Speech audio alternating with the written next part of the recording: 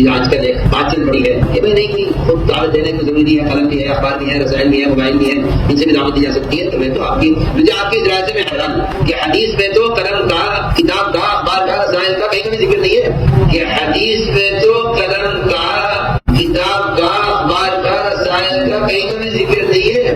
وہاں تو تینوں جو ایمان کے 3 درجے بیان کیے گئے ہیں، اس میں ایک ہاتھ ہے، ایک زبان ہے، ایک دل ہے. بتائیے باقی کون سی چیز آپ نے بتایا؟ مولانا سعد صاحب نے مسائل کے استنباط اور استخراج کا یہ نیا طریقہ نکالا ہے کہ کسی بھی مسئلے کے اندر کوئی ایک حدیث دیکھ لو، اس میں جو چیزیں آپ کو ملے وہ لے لو، اور اس حدیث کے اندر جو چیزیں نہ ہوں ان سب کا انکار کر دو. دوسری احادیث کے اندر اگر اخبار اور رسائل کا ذکر ہے تو چھوڑو اس کو، کیا ضروری ہے ہر حدیث کو ماننا؟ والعیاذ باللہ. آپ کے پاس کوئی دلیل تو پیش کیجیے. جہاں ایمان کے 3 درجے بتائے جا رہے ہیں وہاں انسان کے جسم کے 3 اعضاء کا بیان ہے. آج زبان ترتیب بتائیے. مجھے تو حیران ہوں آپ نے کیا سوچا ہے، آپ نے کیا فیصلہ کیا ہے؟ سبحان اللہ، کیا اجتہاد ہے. حسامی، نور الانوار، یہاں تک کہ اصول الشاشی کے طلبہ بھی حیران ہیں کہ کس طرح دین کا کھلواڑ بنایا جا رہا ہے. حامدا و مسلیا و مسلمہ. یہ بیان میوات اجتماع کی آخری مجلس کا ہے جس میں محترم مولانا سعد صاحب یہ بتانے کی کوشش کر رہے ہیں کہ دعوت کا فریضہ صرف بدن کے استعمال ہی سے ادا ہو سکتا ہے، قلم سے، اخبار سے، رسائل سے کسی سے بھی دعوت کا فریضہ ادا نہیں ہوگا. پھر مولانا کا استدلال سنیے. مولانا کہہ رہے ہیں کہ میں تو آپ کی اس رائے سے حیران ہوں کہ آپ کہہ رہے ہیں کہ اخبار سے اور رسائل سے بھی دعوت دی جا سکتی ہے. کیوں حیران ہے؟ کیونکہ حدیث میں تو قلم کا، کتاب کا، اخبار کا، رسائل کا کوئی ذکر ہی نہیں ہے. کہ حدیث میں تو قلم کا، کتاب کا، اخبار کا، رسائل کا کہیں بھی ذکر نہیں ہے. من رأى منکم منکرا والی ایک حدیث کو لے لیا اور فرما رہے ہیں کہ اس میں ہاتھ کا، زبان کا اور دل کا یعنی بدن کے 3 اعضاء کا ذکر ہے. پھر آگے چیلنج کرتے ہوئے یہ بھی کہہ رہے ہیں کہ آپ کے پاس کوئی دلیل ہے تو پیش کیجئے. آپ کے پاس کوئی دلیل ہے تو پیش کیجئے. محترم مولانا سعد صاحب نے مسائل کے استنباط اور استخراج کا یہ نیا طریقہ نکالا ہے کہ کسی بھی مسئلے کے اندر کوئی ایک حدیث دیکھ لو، اس میں جو چیزیں آپ کو ملے وہ لے لو، اور اس حدیث کے اندر جو چیزیں نہ ہوں ان سب کا انکار کر دو. دوسری احادیث کے اندر اگر اخبار اور رسائل کا ذکر ہے تو چھوڑو اس کو، کیا ضروری ہے ہر حدیث کو ماننا؟ والعیاذ باللہ. شاید بات آپ کو ایسے سمجھ میں نہیں آئے گی. اس کی میں آپ کو ایک مثال دیتا ہوں کہ مولانا سعد صاحب کر کیا رہے ہیں، کیونکہ مثال سے بات بالکل واضح ہو جاتی ہے. امام محمد بن اسماعیل بخاری جن کی وفات 256 ہجری میں ہوئی، انہوں نے اپنی صحیح کے اندر ایک روایت نقل کی ہے، اور اس روایت کو پیش کرنے کے بعد جو میں مثال دوں گا اس کو بڑا دھیان سے سمجھنا کہ مولانا سعد صاحب کر کیا رہے ہیں. بخاری شریف کی اس حدیث میں ہے کہ ایک وفد عبد القیس آپ صلی اللہ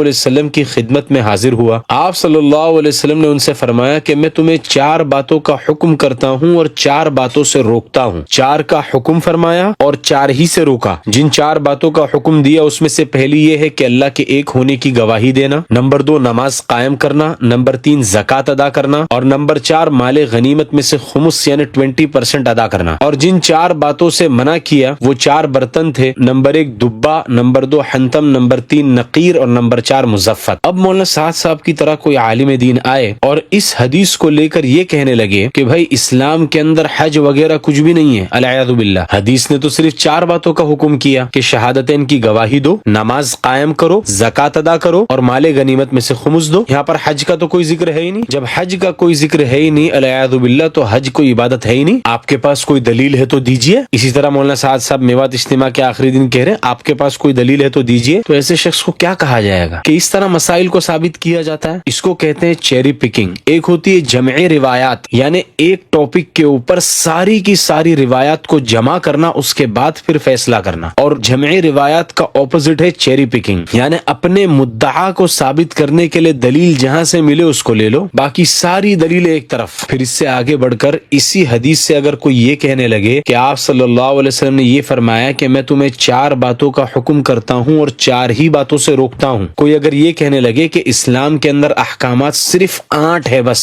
8 کے علاوہ 9 جو بھی حکم ہے وہ اسلام کا حصہ ہے ہی نہیں، کیونکہ اس حدیث میں نہیں ہے. انا للہ و انا الیہ راجعون. ایک حدیث من رأى منکم منکرا والی حدیث کو لے لیا کہ دیکھو حدیث میں 3 ہی چیزوں کا ذکر ہے اور تینوں کا تعلق انسان کے بدن سے ہے، تو مسئلہ ثابت کر دیا کہ بدن کے استعمال کے بغیر دعوت کا فریضہ ادا ہو ہی نہیں سکتا. سبحان اللہ، کیا اجتہاد ہے. حسامی، نور الانوار، یہاں تک کہ اصول الشاشی کے طلبہ بھی حیران ہیں کہ کس طرح دین کا کھلواڑ بنایا جا رہا ہے. کوئی بھی عقل مند آدمی یہی کہے گا کہ آپ نے جو حدیث پیش کی ہے جس میں حج کا ذکر نہیں ہے، اس سے آپ حج کا انکار نہیں کر سکتے، کیونکہ اسلام کے سارے احکامات کا ایک ہی حدیث کے اندر ہونا ضروری نہیں ہے. بھائی اس حدیث کے اندر نہیں ہے، دوسری حدیث آپ دیکھ لو، تیسری حدیث آپ دیکھ لو، ساری احادیث کو جمع کر کے پھر فیصلہ کیا جاتا ہے. بالکل اسی طرح ہم بھی مولانا سعد صاحب سے کہتے ہیں کہ من رأى منکم منکرن والی اس حدیث کے اندر اگر خطوط اور اخبار اور رسائل کا ذکر نہیں ہے، اس کا مطلب یہ تو نہیں ہے کہ کسی بھی حدیث کے اندر دعوتی خطوط کا ذکر نہیں ہے اور آپ صلی اللہ علیہ وسلم نے کبھی بھی کسی کو دعوتی خطوط بھیجے ہی نہیں. آپ دوسری احادیث اٹھا کر دیکھیے، قرآن اٹھا کر دیکھیے، ساری چیزوں کو سامنے رکھ کر پھر فیصلہ کیجیے. یعنی جتنے محدثین نے جمع روایات پر کام کیا ہے وہ سب بیوقوف تھے. مختلف الحدیث کے فن کے اوپر محدثین نے اپنی زندگیاں مار دی. ان کو یہ اصولی سمجھ میں نہیں آیا کہ ایک حدیث کو دیکھ کر جو لینا ہے لے لو، تطبیق کی کیا ضرورت ہے، جمع روایات کی کیا ضرورت ہے. میں بارہا یہ کہہ چکا ہوں کہ سیرت سے کسی مسئلے کو نکالنا یہ اتنا آسان نہیں ہے. جب بھی آپ کو سیرت سے کوئی مسئلہ نکالنا ہو تو آپ کو کم سے کم 3 مراحل سے گزرنا پڑے گا. اس میں سب سے پہلا مرحلہ ہے جمع روایات کا، یعنی ایک مسئلے کے اوپر صرف ایک حدیث نہیں بلکہ اس ٹاپک کے اوپر ذخیرہ احادیث کے اندر جتنی روایات وارد ہوئی ہیں سب کو آپ کو جمع کرنا پڑے گا. اور جمع روایات کے بعد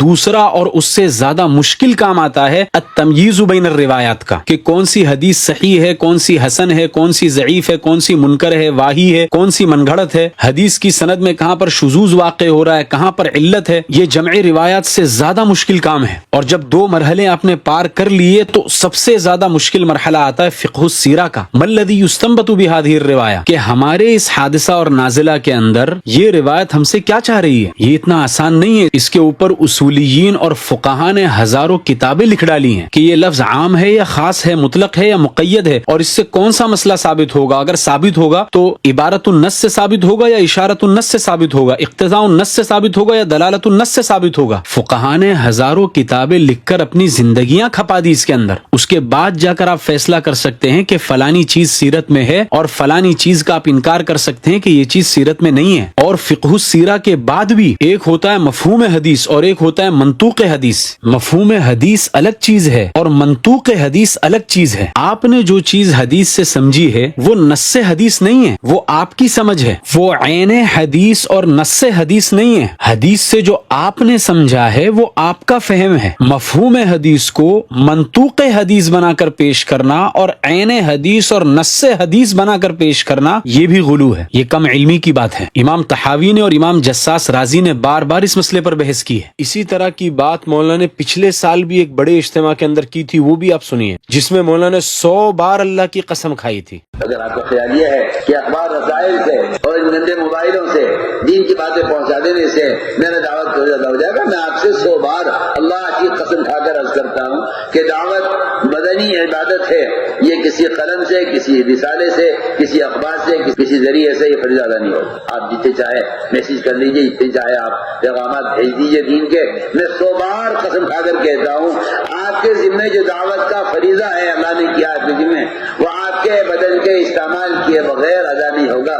جس طرح نماز آپ کے بدن کے استعمال کیے بغیر نماز ادا نہیں ہوگی. صاف صاف. اب آگے کے ویڈیو میں ہم آپ کو وہ دلائل پیش کریں گے جس سے یہ ثابت ہوگا کہ اخبار اور رسائل کے ذریعے سے بھی دعوت دی جا سکتی. اور مولانا سعد صاحب کا یہ کہنا کہ بدن کے استعمال کے بغیر دعوت کا فریضہ ادا ہو ہی نہیں سکتا، مولانا کی یہ بات 100% غلط ہے. رسائل یعنی جو خط لکھے جاتے تھے، تو مولانا سعد صاحب یہ فرما رہے ہیں کہ اخبار اور رسائل یا قلم کے ذریعے سے یا کسی بھی اور ذریعے سے اگر آپ دعوت دے کر یہ سمجھ رہے ہیں کہ آپ نے دعوت کے فریضے کو انجام دے دیا، تو مولانا سعد صاحب یہ کہہ رہے ہیں کہ میں 100 بار اللہ کی قسم کھا کر کہتا ہوں کہ آپ کے ذمے جو دعوت کا فریضہ ہے وہ ہرگز ادا نہیں ہوگا. مولانا نے اخبار کے ساتھ میں رسائل کا لفظ بھی استعمال کیا، پھر قلم کا لفظ بھی استعمال کیا کہ قلم سے اگر کسی کو ہم لکھ کر دعوت دے رہے ہیں یا خط و کتابت کر رہے ہیں اور اس کے ذریعے سے دعوت دے رہے ہیں تو بھی دعوت کا فریضہ ادا نہیں ہوگا. ایک طرف مولانا سعد صاحب کی یہ بات ہے، دوسری طرف ہمارے نبی حضرت محمد صلی اللہ علیہ وسلم کا عمل ہے. امام مسلم ابن الحجاج القشیری جن کی وفات 261 ہجری میں ہوئی۔ انہوں نے اپنے کتاب الجہاد والسیر کے اندر حضرت انس رضی اللہ تعالیٰ عنہ کے حوالے سے ایک حدیث نقل کی ہے، جس میں وہ فرماتے ہیں کہ آپ صلی اللہ علیہ وسلم نے کسرا کو خط لکھا، قیصر کو بھی خط لکھا، اس کے علاوہ نجاشی کو اور دیگر بادشاہوں کو بھی خطوط لکھے۔ اور اس کا مضمون کیا تھا؟ حدیث کے الفاظ ہیں یدعوہم الی اللہ، کہ آپ صلی اللہ علیہ وسلم ان خطوط کے ذریعے سے ان بادشاہوں کو اللہ تعالیٰ کی طرف بلا رہے تھے اور دعوت دے رہے تھے۔ مولانا سعد صاحب یہ کہہ رہے ہیں کہ اپنے بدن کا جب تک استعمال نہیں کریں گے تب تک دعوت کا فریضہ ادا نہیں ہوگا، اور یہاں پر آپ صلی اللہ علیہ وسلم بادشاہوں کو دعوتی خطوط بھیج رہے ہیں۔ آپ صلی اللہ علیہ وسلم کا تو بدن مبارک مدینہ منورہ میں ہے، اور آپ صلی اللہ علیہ وسلم کے خطوط دور دراز کے ممالک کے اندر جا رہے ہیں اور بادشاہوں کو دعوت دی جا رہی ہے۔ اب مولانا سعد صاحب کی لوجک اگر استعمال کی جائے تو نعوذ باللہ آپ صلی اللہ علیہ وسلم کے اوپر بھی جو دعوت کا فریضہ تھا وہ بھی ادا نہیں ہوا۔ انتہائی تعجب کی بات ہے، یہ کس طرح کی بکواس پھیلائی جا رہی ہے لاکھوں کے مجموع میں، کوئی ٹوکنے کے لیے تیار نہیں ہے۔ اور اگر تم یہ کہتے ہو کہ خط کے ساتھ آپ صلی اللہ علیہ وسلم نے کسی آدمی کو بھی بھیجا تھا اور صحابی خط لے کر گئے تھے، تو آپ کے اصول کے مطابق تو جنہوں نے دعوت دی تھی یعنی آپ صلی اللہ علیہ وسلم، ان کا بدن تو استعمال پھر بھی نہیں ہوا، وہ تو مدینہ منورہ ہی کے اندر تھے، خط تو دوسرے صحابی لے کر جا رہے ہیں۔ اور اگر آپ یہ کہتے ہو کہ خط لکھنے کے اندر بھی انسان اپنی انگلیوں کو استعمال کرتا ہے، اپنے بدن کو استعمال کرتا ہے، تو جو لوگ کتابیں لکھتے ہیں تو کیا وہ اپنی انگلیوں کو اور بدن کو استعمال نہیں کرتے؟ جو یوٹیوب کے ذریعے سے لوگوں کو دعوت پہنچا رہے ہیں وہ کیا اپنے بدن کو استعمال نہیں کر رہے ہیں؟ اور جو واٹس ایپ کے ذریعے سے میسیجز ٹائپ کر کے لوگوں کو دعوت دے رہے ہیں، لوگوں کو اسلام کی طرف بلا رہے ہیں، کسی بھی طرح سے کام کر رہے ہیں، تو کیا یہ لوگ اپنی انگلیوں اور اپنے بدن کو استعمال نہیں کر رہے ہیں؟ یہ کس طرح کی جہالت ہے؟ اس سے آگے چلیے، آپ یہ کہہ رہے ہو کہ خط کے ساتھ آپ صلی اللہ علیہ وسلم نے کسی آدمی کو بھیجا تھا، تو میں آپ کو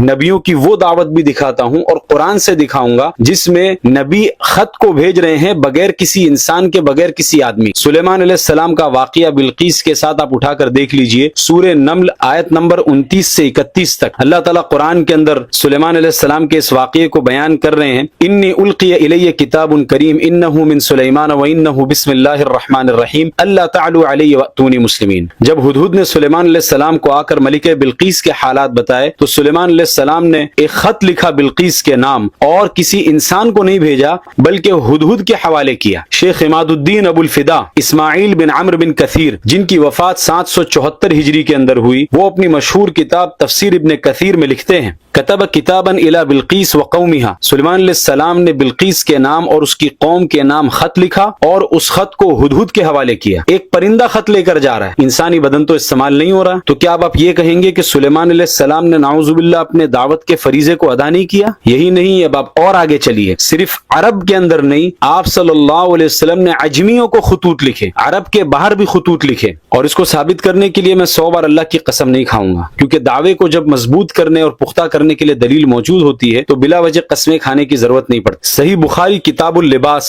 باب نقش الخاتم کے اندر امام بخاری نے حدیث نقل کی ہے، حضرت انس رضی اللہ تعالیٰ عنہ فرماتے ہیں کہ جب آپ صلی اللہ علیہ وسلم نے عجمیوں کو خط لکھنا چاہا تو لوگوں نے کہا کہ عجمی لوگ بغیر مہر کے خط کو قبول نہیں کرتے۔ آپ صلی اللہ علیہ وسلم نے یہ نہیں کہا کہ دعوت بدنی عبادت ہے، خط کیوں بھیجنا، بلکہ آپ صلی اللہ علیہ وسلم نے چاندی کی ایک انگوٹھی بنوائی جس پر نقش کیا ہوا تھا محمد رسول اللہ، اور پھر آپ صلی اللہ علیہ وسلم نے عرب کے باہر عجمیوں کو بھی خطوط روانہ کیے، دعوتی خطوط روانہ کیے۔ اور یہ کس طرح کا رقیق قیاس ہے کہ جس طرح نماز بغیر بدن کے ادا نہیں ہو سکتی، دعوت بھی بغیر بدن کے ادا نہیں ہو سکتی، یعنی دعوت کی ہر چیز کو اگر آپ کو نماز ہی پر قیاس کرنا ہے تو آپ یہ بھی کہہ دیجئے کہ نماز کے شروع میں تکبیرہ تحریمہ ہوتی ہے، دعوت دینے سے پہلے بھی تکبیرہ تحریمہ کہو، نماز کی انتہا سلام پر ہوتی ہے، دعوت دینے کے بعد بھی سلام کرو، نماز کے لیے وضو کرنا ضروری ہے، دعوت کے لیے بھی وضو کرنا ضروری ہے، ساری چیزوں میں قیاس کر لو۔ اسی کو کہتے ہیں کہیں کی اینٹ کہیں کا روڑا، بنو متی نے کھمبا جوڑا۔ پھر آپ یہ تو بتائیے کہ قلم کے ذریعے سے جو لکھ کر دعوت دے رہے ہیں، جو کتابیں لکھ رہے ہیں، اگر ان کا فریضہ ادا نہیں ہو رہا دعوت کا، تو مولانا زکریا صاحب رحمۃ اللہ علیہ نے فضائل اعمال کیوں لکھ دی؟ ان کو تو چاہیے تھا کہ وہ ہر گھر کے اندر جا کر فضائل اعمال کی ساری حدیثیں بنفس نفیس خود جا کر سناتے، ہر جماعت کے اندر وہ خود جا کر سناتے، فضائل اعمال کیوں لکھ دی؟ اور آپ نے فضائل اعمال کی تعلیم کو رائج کیا ہوا ہے۔ اسی طرح منتخب احادیث کیوں لکھ دی؟ میں اس بحث میں نہیں جانا چاہتا کہ منتخب احادیث کس نے لکھی کس نے نہیں لکھی، جس نے بھی لکھی منتخب احادیث کیوں لکھ دی؟ ہر شخص پر جا کر خود دعوت دے دیتے، قلم سے لکھنے سے تو فریضہ دعوت کا ادا ہوگا نہیں۔ حیات الصحابہ مولانا یوسف صاحب رحمۃ اللہ علیہ نے کیوں لکھ دی؟ مولانا الیاس صاحب رحمۃ اللہ علیہ، مولانا علی میاں ندوی، مولانا منظور نعمانی صاحب کو خطوط کیوں لکھا کرتے؟ خود جا کر دعوت دے دیتے۔ اتنی غلط بات کرنا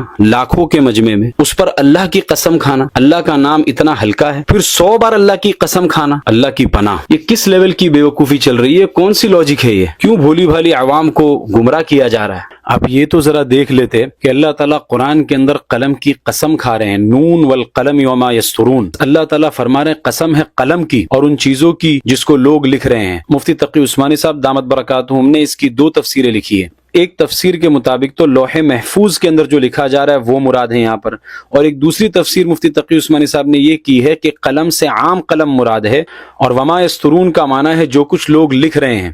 پھر اسلام کی سب سے پہلی وحی جو اتری، اقرأ بسم ربک الذی خلق خلق الانسان من علق اقرأ وربک الاکرم الذی علم بالقلم، جس نے قلم کے ذریعے سے انسان کو تعلیم دی۔ یہاں پر بھی اللہ تعالیٰ قلم کی تعریف کر رہے ہیں۔ پھر 1450 سال سے محدثین حدیث کی کتابوں کو لکھتے آ رہے ہیں، ان کی شروحات لکھتے آ رہے ہیں، مفسرین تفسیر کی کتابیں لکھتے آ رہے ہیں قلم کے ذریعے سے۔ تو کیا ان سارے لوگوں نے جو قلم سے ساری کتابیں لکھی ہیں اس سے ان پر جو دعوت کا فریضہ تھا وہ ادا نہیں ہوا؟ میں بس یہ کہنا چاہتا ہوں کہ جو علماء تصنیف کرتے ہیں، کتابیں لکھتے ہیں، یہ کوئی معمولی کام نہیں ہے۔ 10 20 سال لگ جاتے ہیں ایک کتاب منظر عام پر آنے کے لیے۔ اس میں انسان کا بدن استعمال ہوتا ہے، یہ کتابیں خود بخود چھپ کر منظر عام پر نہیں آ جاتی ہے۔ اور پھر بھی اگر آپ بضد ہیں کہ بغیر بدن کے استعمال کے دعوت کا فریضہ ادا نہیں ہو سکتا، تو اپنی مجالس کے اندر سپیکر سارے ہٹا دیجئے، صرف بدن کے ذریعے سے آواز لوگوں تک پہنچائیے، سپیکر بھی استعمال کرنے کی کوئی ضرورت نہیں ہے۔ اور جتنی کتابوں کا استعمال کیا جاتا ہے، حیات الصحابہ، فضائل اعمال یا منتخب احادیث، ان ساری کتابوں کو بھی ہٹا دیجئے۔ سارے کے سارے لوگ احادیث کو یاد کر کر اپنے بدن کو استعمال کر کر جو ہے نا لوگوں کو آگے دعوت پہنچائیں گے۔ اللہ تعالیٰ پوری امت محمدیہ کی اس جہالت سے حفاظت فرمائے اور لوگوں کے عقائد کو ضائع اور برباد ہونے سے بچائے۔ ذالک ذکر للذاکرین، یہ نصیحت ہے نصیحت ماننے والوں کے لیے۔ ھذا وصلی اللہ علیہ وسلم۔